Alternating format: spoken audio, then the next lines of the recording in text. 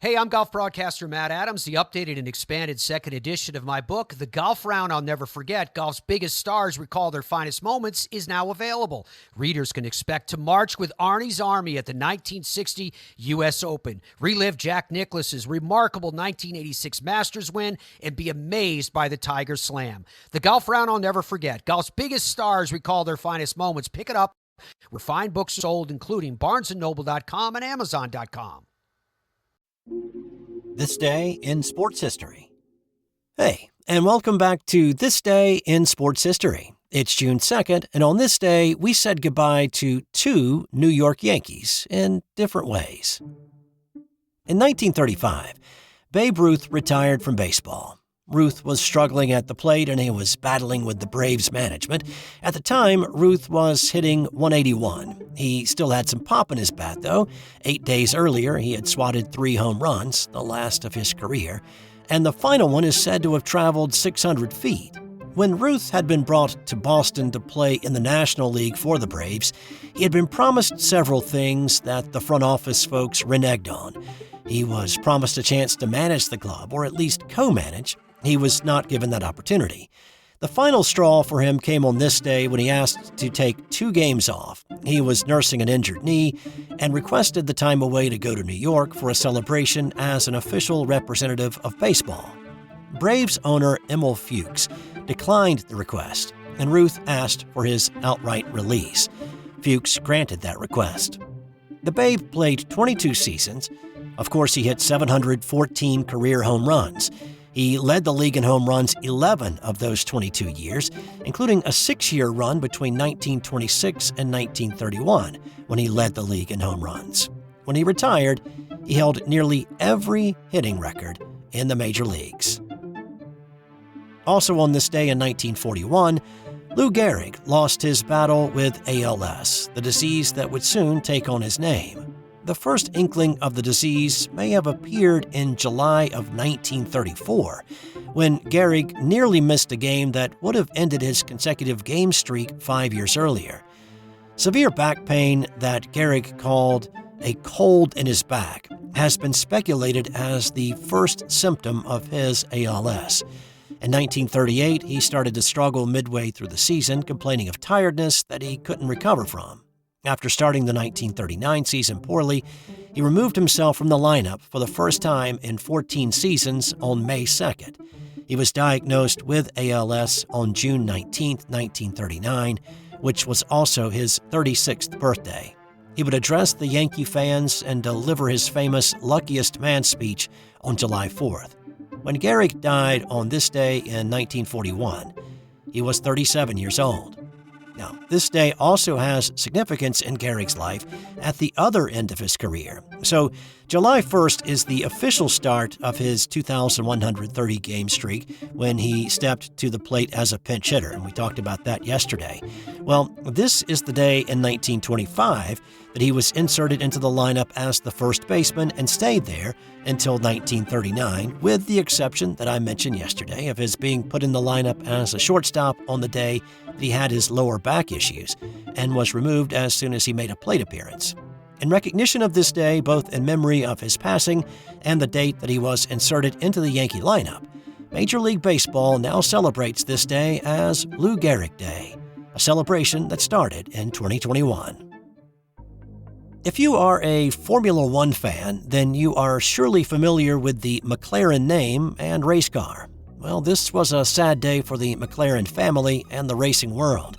In 1970, Bruce McLaren was testing a new race car, the McLaren M8D, on the Goodwood Motor Circuit in England, where the rear of the car came loose, causing him to lose control and crash at a speed estimated to be around 180 miles per hour, crashing into a post. He was pulled from the wreckage quickly, but he died a few minutes later, never regaining consciousness.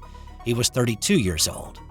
The New Zealand-born McLaren was a wealthy race car driver that had success on the Can-Am circuit, winning overall titles in 1967 and 69. At the time of his death, McLaren was mulling retirement from driving to focus on his family and his business of building race cars that he started in 1963. So next up is another story about the New York Knicks failing in the big moment. And look, if you're a Knicks fan, this is not intentional. But in the 90s, there were a lot of times when, well, the Knicks had a chance to win a game and then they found a way to lose. So apologies if these stories are stacking up for you and hitting the wrong note. Hopefully, time has healed the wound, but on this day in 1993, it was Charles Smith who had a chance to give the Knicks a lead with just a few seconds remaining that may have actually led to the win. It soon became known as the Charles Smith game. This was Game 5 of the Eastern Conference Finals against the Chicago Bulls. The Bulls were up 95-94, but New York had the ball with 20 seconds left. Patrick Ewing drove the lane but was defended well, so he dished to the 6-foot 10-inch Charles Smith near the basket. Smith went up but got rejected by Horace Grant. Smith got the rebound, pump faked, got stripped by Michael Jordan. Smith got the ball back under the hoop, went up, but Scottie Pippen rejected him. But he got it back again and went up again. And Pippen swatted it away again. And the Bulls came out with it. Jordan fed B.J. Armstrong for the layup on the other end as the buzzer sounded, and the Bulls won 97-94. Knicks fans were sure there had to have been a foul somewhere in that 4-shot melee, and yet none was called. Smith didn't want to talk about whether he was fouled or not. Of course, even if one had been whistled, there was no guarantees that he'd make them. As a team that night, the Knicks missed 15 of their 35 free throws. It was just another moment in Knicks history when success was in their grasp and it got swatted away several times. Ugh, but the misery did not end there, because on this day in 2000, it was the Knick killer Reggie Miller doing what Reggie Miller seemed to always do: sink the collective hopes of the New York Knicks. This was Game 6 of the Eastern Conference Finals, once again at Madison Square Garden, and once again Miller saved his best for last, scoring 17 of his 34 points in the fourth quarter to send Knicks fans home with tear-soaked shirts. The Pacers won 93-80 and advanced to the NBA Finals for the first time in franchise history. They would eventually lose to LA in 6. This was also the final game for Patrick Ewing as a New York Knick. Years of frustration of failing to deliver an NBA title to the city, the Knicks traded Ewing in the offseason to the Seattle Supersonics. And on this day in 1983, it was one of the most impressive performances in the LPGA as Patty Sheehan came out firing at pins, birdieing 8 of the first 13 holes, and then holing out for an eagle at 18 to shoot a third-round 63. That put her up by 9 shots on the field. She would shoot a final round 68 the following day to win by 10 shots and claim the LPGA Championship. It was Sheehan's first win in a major, and the first of 6 that she would win in her career. Time now for today's non-sports Did You Know? Ketchup was originally marketed as an anti-diarrheal medication. That's all for today's edition. I'll have more tomorrow on This Day in Sports History.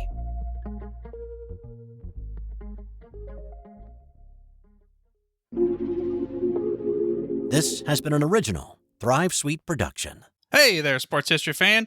This is Arnie Chapman, a.k.a. the Football History Dude, and I hope that you enjoyed this recent episode presented by the Sports History Network and were able to learn some good old-fashioned sports history knowledge nuggets. I started the Sports History Network back in 2020 with the mission to help podcasters find a community of like-minded sports history nerds, as well as helping aspiring podcasters to start their own shows. We have a little bit over 30 shows on the network right now covering all sorts of sports history, but as far as I'm concerned, we're just at the toothpick in the ocean moment, that can't even figure it out because there's so much more coming. We wanted to create the ultimate headquarters for sports yesteryear, starting with Podcast Network and our website, but we're going to continue to move into other mediums as well. And here's the cool part, because we want you to be part of our team. So if you're interested in starting your own podcast, or maybe being a guest on one of our shows, or who knows, maybe even writing an article for us over on the website. Seriously, all you gotta do is reach out to us on the contact page over at sportshistorynetwork.com. You can be as technologically savvy as a Neanderthal tapping on a stone trying to figure out this whole hieroglyphics thing back in the day. Again, it doesn't matter, because even if you don't understand the whole podcast space, we have a production team that can pretty much help you out with doing everything. All you gotta do, head over to sportshistorynetwork.com, head to the contact page, fill it out. That message goes right to me, and I'll reach out to you as soon as I can. But for now, dude, I'm through if you're through.